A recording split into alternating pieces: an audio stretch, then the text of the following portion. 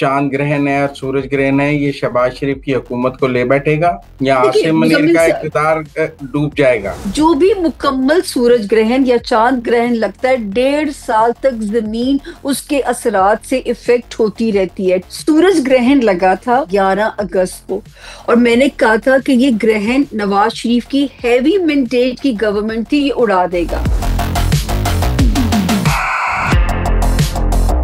2026 से third world war की तरफ दुनिया जाना शुरू हो जाएगी, जमीन से सुकून खत्म हो जाएगा।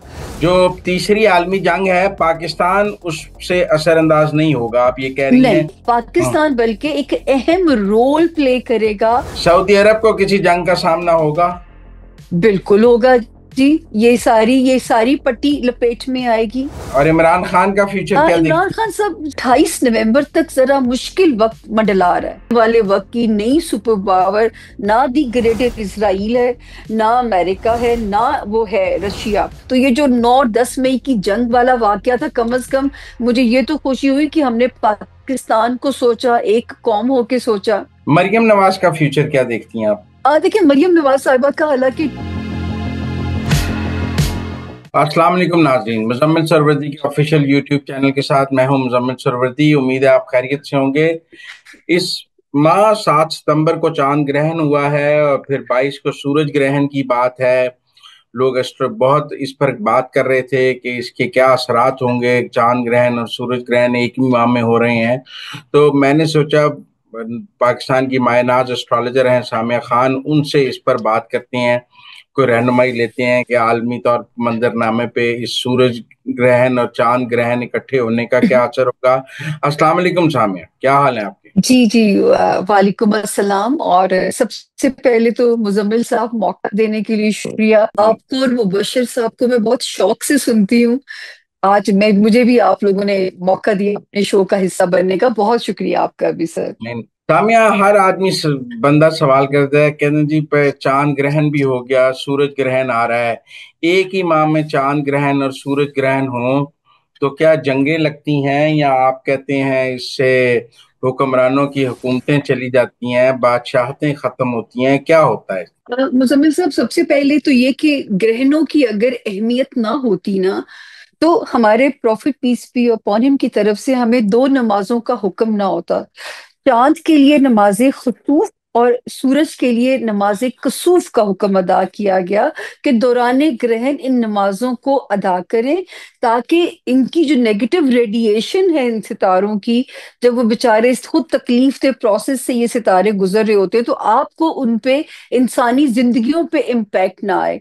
अब ये जो चांद ग्रहण है, आपको पता है कि जब कभी हमारे क्लाइंट के पास ऑप्शन होती है कि वो सर्जरी की डेट्स लेना, उसको मिल सकती है, तो मैं कहती होती हूँ कि चांद के फॉल के दिनों में, जवाल के दिनों में ऑपरेशन कराएं, क्योंकि जिस्म के अंदर ब्लड जो है ना, उसका दौरानिया भी कम हो जाता है।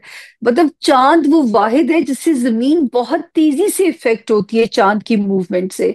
तो ये वाला ग्रहण बहुत लंबा था सर, 5 घंटे और ऑलमोस्ट कोई 30-26 मिनट का दौरानिया था इसका, मुकम्मल ग्रहण था। और जिस जमीन पे नजर आता है उस जमीन को तो हिट करता ही करता है।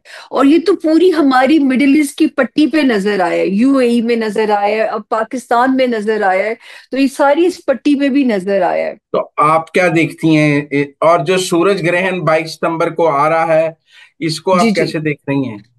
मैं हमेशा जो है, आपको तो शायद सुन के यूं अच्छा ना लगे, जैसे कि मतलब मैं आपको सुनती हूँ, मैं हमेशा एक अपनी पहली पेशगोई का हवाला दिया करती हूँ ऑलवेज, जो है ना।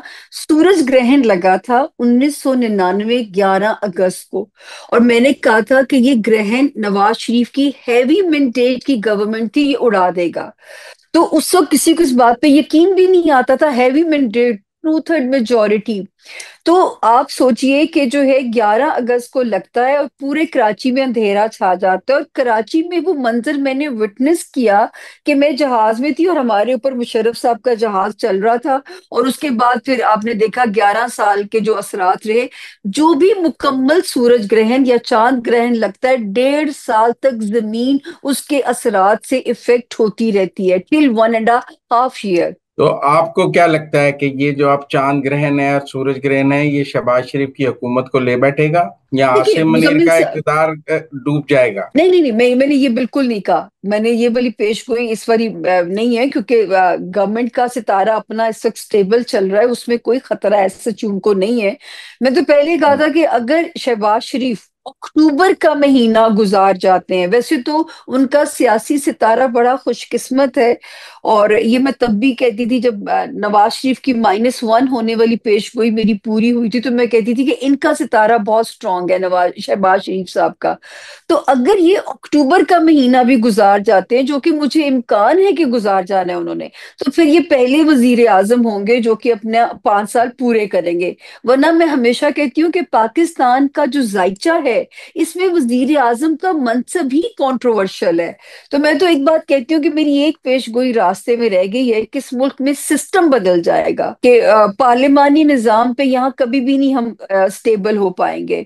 तो ये भी एक पेश गोई अभी रास्ते में है कि पाकिस्तान में सिस्टम की तब्दीली, मुजम्मिल साहब, जो मैं प्रिडिक्ट करती हूँ सितारों की रोशनी में कि वो होगी। अच्छा, कब इनको तक? खतरा नहीं है, पाकिस्तान को खतरा नहीं है। पाकिस्तान को इस वक्त अगर कोई खतरात लाहक होंगे तो इकोनॉमिक क्राइसिस मैनेज सिर्फ करना पड़ेगा।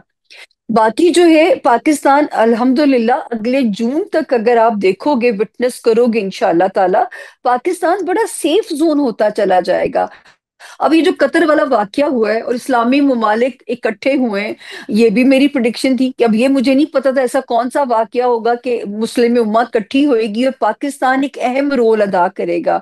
ये भी पिछली पेश गोइयों का आप अगर रिकॉर्ड उठा के देखें, इसी तरह सर, जब ये जो जंग लगी थी, तो मैं कहती थी कि वो ये आखिरी वार्निंग है कि हम एक कौम बन के सोचेंगे तो पाकिस्तान सरवाइव करेगा। तो ये जो 9-10 मई की जंग वाला वाकया था, कम से कम मुझे ये तो खुशी हुई कि हमने पाकिस्तान को सोचा, एक कौम होके सोचा। अच्छा, ये भारत के इस ग्रहण पर क्या असरात होंगे? चलें, पाकिस्तान तो आपने बताया हाँ है, देखिए, हाँ बिल्कुल, इंडिया के आपने इस बड़ा चांद ग्रहण और सूरज आपने ग्रहण बड़ा के क्या वैलिड असरात हैं? क्वेश्चन किया, बिल्कुल, हाँ जी। देखिए जो है हमसे ज्यादा उनके अंदरूनी खलफशार आएंगे, अमेरिका और इंडिया। ये भी पुरानी प्रेडिक्शन है जो कि अभी तक चल रही है। और अमेरिका, और ये भी मैंने कहा था कि मोदी साहब अपने ही उसमें फंसेंगे इस वक्त। जो है मोदी साहब का अपना सितारा अगले जून तक क्राइसिस के अंदर अभी चल रहा है। उनके अपने मुल्क में ऐसी तहरीकें चल सकती हैं, अलहदगी वाली तहरीकें जो होती हैं। अमेरिका में डॉलर जो है, क्योंकि देखिए आसमान पे भी मुजम्मिल साहब वर्ल्ड अलायंस चेंज होगा, नई सुपर पावर बनेगी। नई सुपर पावर बनने के नतीजे में जो है ज़ाहिर है अमेरिका तो फिर सुपर पावर नहीं रहेगा। तो वो जो है जहाँ पे डॉलर भी आपको उस वैल्यू पे खड़ा नजर नहीं आएगा आने वाले वक्त में। और पहले तो मुझे सच्ची बात है, मैं कहती थी या रशिया या चाइना। लेकिन इस साल ये जो शंघाई कॉन्फ्रेंस के असरात देखने के बाद मैं कन्विक्शन से कह सकती हूँ आने वाले वक्त की नई सुपर पावर ना दी ग्रेटर इसराइल है, ना अमेरिका है, ना वो है रशिया, ये चाइना होगा सर। ये इसराइल और अरबों की लड़ाई होगी मुस्लिम उम्मा की या नहीं होगी? मुजम्मिल साहब, ये तो देखिए अगर आप, फिर मैं बार बार पास्ट रिकॉर्ड का हवाला देना पड़ता है। मैंने कहा था जमीन से सुकून खत्म हो जाएगा। तो मैं तो लोगों को ये मैसेज देती हूँ, हर दिन को जिए जितना जी सकते हैं, अपने किबले दुरुस्त कर लीजिए, क्योंकि जमीन से सुकून खत्म हो जाएगा। और जो है आने वाला जो वक्त है, ये जो 26 वाला साल है, ये जंगों की इब्तिदा हो जाएगी। यहाँ से फुलझड़ियां 2025 के सेकेंड हाफ से ही आपको नजर आ जाएंगी। 2026 से थर्ड वर्ल्ड वॉर की तरफ दुनिया जाना शुरू हो जाएगी। यही वो टाइम है जिसका हमारी तो होली बुक के अंदर भी जिक्र है, हमारे बुजुर्गों की पेश गोइयां भी हैं। लेकिन जो आपको सुनने वाले लोग हैं वो ऑब्वियसली कंसर्न है कि ये खित्ता कैसा है। कहते हुए अच्छा नहीं लग रहा, लेकिन ये खित्ता सेफ होता चला जाएगा। पाकिस्तान का खित्ता जो है ये महफूज जोन में रहेगा इंशाल्लाह। जो तीसरी आलमी जंग है, पाकिस्तान उससे असरअंदाज नहीं होगा, आप ये कह रही नहीं, हैं? जो पाकिस्तान असरअंदाज नहीं होगा। हाँ, पाकिस्तान बल्कि एक अहम रोल प्ले करेगा। आने वाले जो नए नए अलायंसेस बनेंगे, उसमें पाकिस्तान का एक अहम रोल हो जाएगा। सऊदी अरब को किसी जंग का सामना होगा? बिल्कुल होगा जी। ये सारी पट्टी लपेट में आएगी। ये सारी, क्योंकि गजा से बिगनिंग होनी थी, और जो है अब ये सारी पट्टी लपेट में आएगी 26 वाले साल से। तो प्रॉपर, अल्लाह करे मैं गलत साबित हो जाऊं, ऐसी पेश गोइयां करते हुए मेरी, मुझे अपने खौफ भी आता है, रोंगटे खड़े हो जाते हैं, गूज़बम्प होने लग जाते हैं। लेकिन ये कि सर ये प्रेडिक्शंस हैं, और एंड ऑफ वर्ल्ड की प्रेडिक्शन अपने एरा में तो सबसे पहले मैंने ही की थी, जिसकी बेस पे इंटरनेशनल चैनल से मेरा इंटरव्यू भी किया था कि आपकी इसकी लॉजिक क्या है एंड ऑफ वर्ल्ड की। क्योंकि एक सितारा है सेट्रन, वो अभी आखिरी जो 2.5 साल का राउंड लगाएगा, इसमें जमीनी बहुत तब्दीलियां आएंगी। रब ताला ने दुनिया को समेटना भी है, सुकेड़ना भी है, हम में से कौन रहता है। लेकिन ये खिता इसलिए इम्पोर्टेंट हो जाएगा अपनी जोग्राफी अहमियत की वजह से, या ये अपने हिस्से की सख्तियों को काट चुका है, और कानून कुदरत है कि हर मुश्किल के बाद आसानी है। लेकिन अल्लाह करे, मैं तो जब ग्रहण लगा था तो मैं लोगों को कहती थी पूरी दुनिया की खैर मांगे, अल्लाह की यूनिवर्स की खैर मांगिए इस वक्त जो है। तो यूरोप को कैसे देख रही हैं आप? यूरोप में तो जी अच्छे खासे ब्लैकआउट्स होंगे। यूरोप में तो बहुत सारे ब्लैकआउट्स होंगे, बड़े, बहुत सारी जो है मेजर नागवार तब्दीलियां उस बेल्ट के ऊपर आएंगी, यूरोप वाली बेल्ट पे आएंगी। और पाकिस्तान यहाँ में कुछ से सियासी। अगर अगर मैं यूं सेफ देखती हूँ तो मुझे कनाडा सेफ लगता है, मुझे ऑस्ट्रेलिया सेफ लगता है, मुझे जो है ये पाकिस्तान की पट्टी सेफ लगती है। इंडिया तो अपने अंदरूनी क्राइसिस में फंस सकता है ना, इंडिया यूं अदरवाइज सेफ है। लेकिन जो है अब हर मतलब ये जो नेचुरल क्लैमिटीज हैं, ये तो सर, ये तो अब जमीन आपको खबरें मिलती ही रहा करेंगी। ये तो अल्लाह ताला से हम तो बीइंग मुस्लिम यही है कि कलमा पढ़ के सो जाएं, कल हो ना हो। तो वो जो है लेकिन ये नागवार तब्दीलियां, मुझे अच्छा नहीं लगता सख्त अल्फाज इस्तेमाल करना, लेकिन नागवार तब्दीलियां मुजम्मिल साहब रहेंगी जमीनी। मरियम नवाज का फ्यूचर क्या देखती हैं आप?